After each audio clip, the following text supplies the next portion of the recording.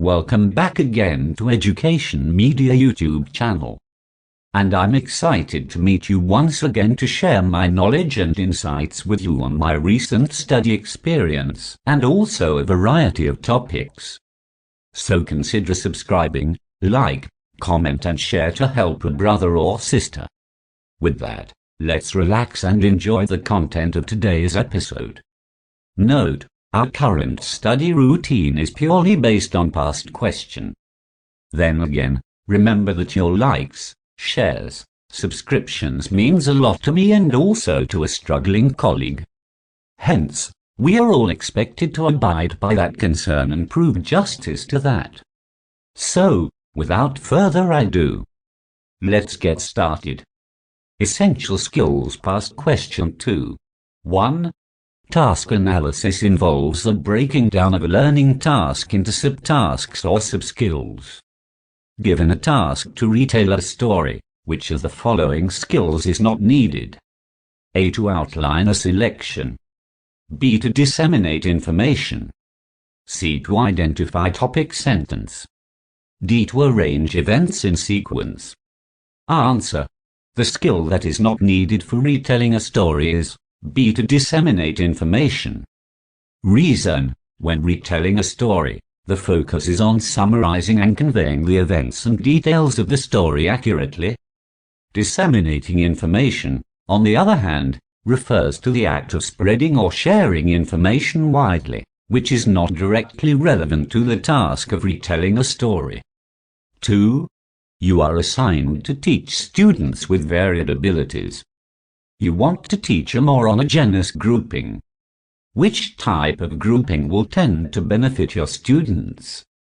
A. High ability grouping. B. Mixed ability grouping.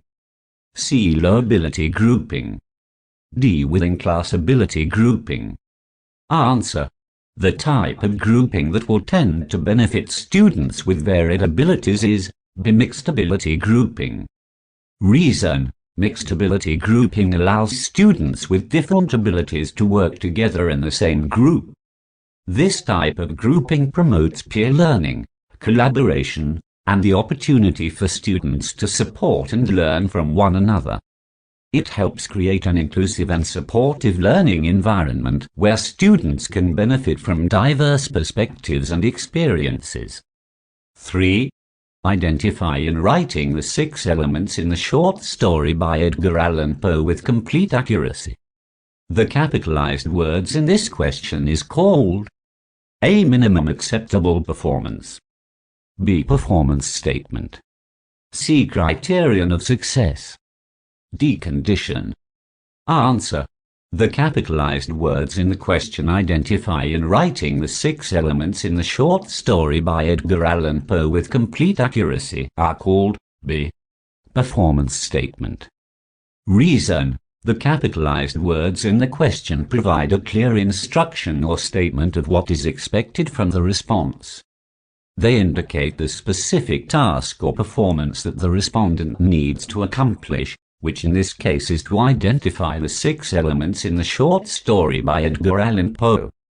4. What is the best way to reduce the problem in the learning experience? A. Use variety of situations in the learning process. B. Introduce new materials in the learning situation. C. Provide better space and rest periods during learning. D. Use another form of motivation for learning. Answer: the best way to reduce problems in the learning experience is A. Use a variety of situations in the learning process.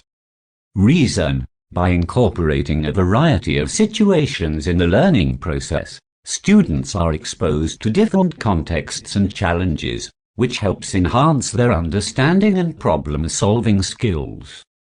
It promotes flexibility and adaptability in applying knowledge and skills to different scenarios, reducing the likelihood of encountering problems due to a narrow or limited learning experience. 5. What makes the experimental method better than the lecture method? A. Pupils memorize whatever principle they learn and retain it longer. B. Materials used in the experiment assure retention of learning. C. Learner discovers the principle by themselves and thereby understand it better. The experiment is a form of a play activity which children enjoy with understanding. Answer. What makes the experimental method better than the lecture method is, C. Learners discover the principle by themselves and thereby understand it better. Reason. In the experimental method, learners actively engage in hands-on activities and exploration, allowing them to discover and experience the principles or concepts being taught firsthand. This active involvement promotes deeper understanding, critical thinking, and a more meaningful learning experience compared to passive listening in a lecture method. 6. Which of the following is the essential feature of the eclectic method? A. It is the most used method. B. It is applicable to all types of learner. C. It combines all the best feature of all other methods. D. It is recommended by curriculum experts. Answer. The essential feature of the eclectic method is C. It combines all the best features of all other methods. Reason. The eclectic method is characterized by its flexibility and adaptability, as it draws from various instructional methods and approaches. It seeks to incorporate the most effective elements or strategies from different methods to suit the specific needs of learners and the instructional context, aiming for a comprehensive and well-rounded approach to teaching and learning. 7. Mrs. Alvo is encountering problems on classroom discipline. Which of these activities should she employ to maintain classroom discipline? A. Enforce a system of rewards and punishments. B. Plan constructive and purposeful activities. C. Punish erring students in front of the class. D. Tell the class that she is the person in authority. Answer. To maintain classroom discipline, Mrs. Alvo should employ B. Plan constructive and purposeful activities.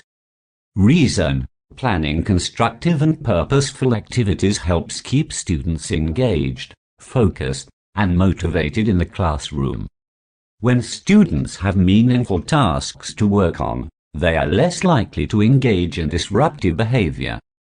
This approach promotes a positive and productive learning environment, emphasizing active participation and learning rather than relying solely on rewards and punishments or exerting authority.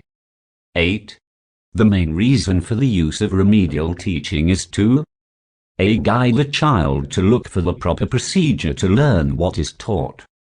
B. Restudy something which was wrongly taught. C. Guide the child to correct his own errors in all types of learning.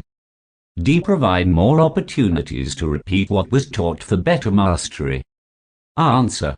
The main reason for the use of remedial teaching is to C. Guide the child to correct his own errors in all types of learning. Reason. Remedial teaching aims to provide targeted assistance and support to students who are struggling with their learning. By guiding the child to identify and correct their own errors, remedial teaching promotes self-reflection, self-correction, and independent learning. It helps students develop problem-solving skills and build a strong foundation for future learning. 9. In the class of Mrs. Dianuda, she asked the question, how can you distinguish facts and opinions in the study presented? How is this question classified? A. Analysis. B. Evaluation. C. Application. D. Comprehension. Answer.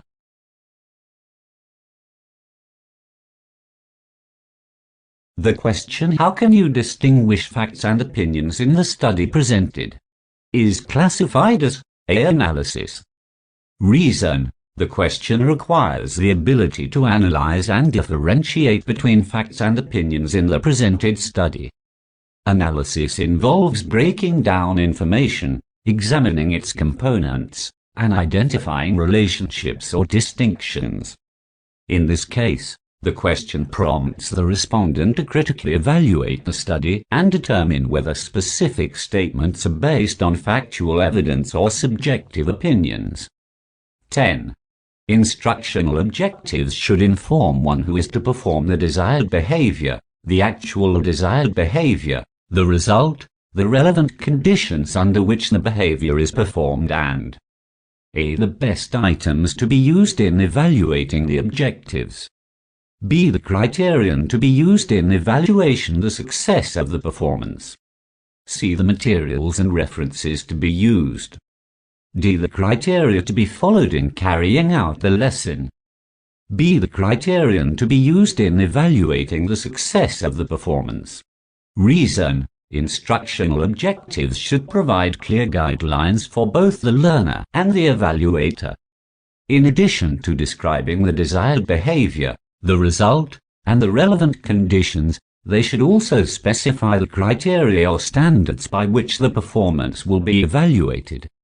This ensures that both the learner and the evaluator have a shared understanding of what constitutes successful performance. 11. What must a teacher keep in mind during oral reading? A. Children do not enjoy reading aloud. B. Oral reading increases comprehension and recall better than silent reading. C. Understanding pupils' difficulties is the important goal. D. This is the best method for determining good readers. Answer. What a teacher must keep in mind during oral reading is C. Understanding pupils' difficulties is the important goal. Reason. During oral reading, it is crucial for the teacher to focus on understanding and addressing the difficulties that students may encounter. By being attentive to students' challenges, the teacher can provide appropriate support, guidance, and interventions to help improve their reading skills. The goal is to identify and address specific areas of difficulty to facilitate the development of reading fluency, comprehension, and overall reading proficiency. This marks the end of today's study session. Thank you for making it to this far in today's episode of content. I hope you found it informative and engaging. If you enjoyed this video, please consider subscribing to my channel and leaving a comment below to let me know what topics you would like to see covered in future videos. As always, your feedback is greatly appreciated. Stay tuned for more content, and I'll see you in the next video. Bye for now.